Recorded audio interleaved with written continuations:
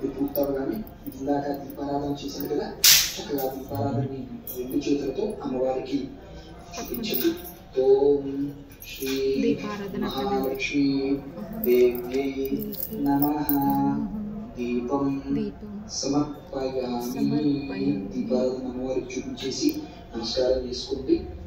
అతః నైవేద్యం, అమ్మవారికి నైవేద్యం పెట్టాలి.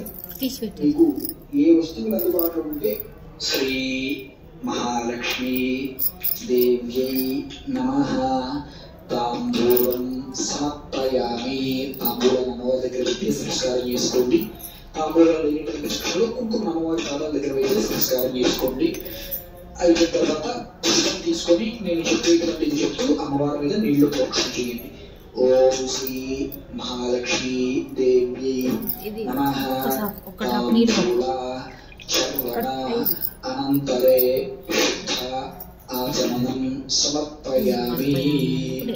అయిన తర్వాత చక్కగా కర్పూరం వెలిగించేసి అమ్మవారికి హారతి ఇవ్వాలి.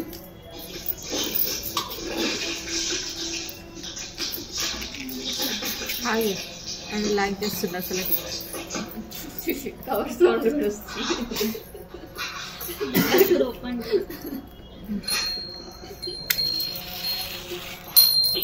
హారతి చేటువంటి సమయంలో సర్వమంగళ మాంగళ్యే అనేటువంటి శ్లోకం ఉంటుంది కదా, ఆ శ్లోకం వస్తే ఆ శ్లోకం చెప్పుకోవచ్చు. శ్లోకం రానటువంటి వాళ్ళు ఈ మంత్రం చుట్టూ హారతివ్వండి. ఓం శ్రీ వరలక్ష్మీదేవి నమః ఆనంద కర్పూర దివ్యమంగళ నీరాజనం సమర్పయామి. ఒక్కొక్క నీళ్లు చల్లేసేసి అమ్మవారికి చూపించేసింది. తర్వాత మీరు కూడా ఆ హారతి అందుకోండి. పక్కన పెట్టేసేసి చేతులకి పుష్పాన్ని కానీ కుంకుమని కానీ తీసుకోండి. అదహ మంత్ర పుష్పం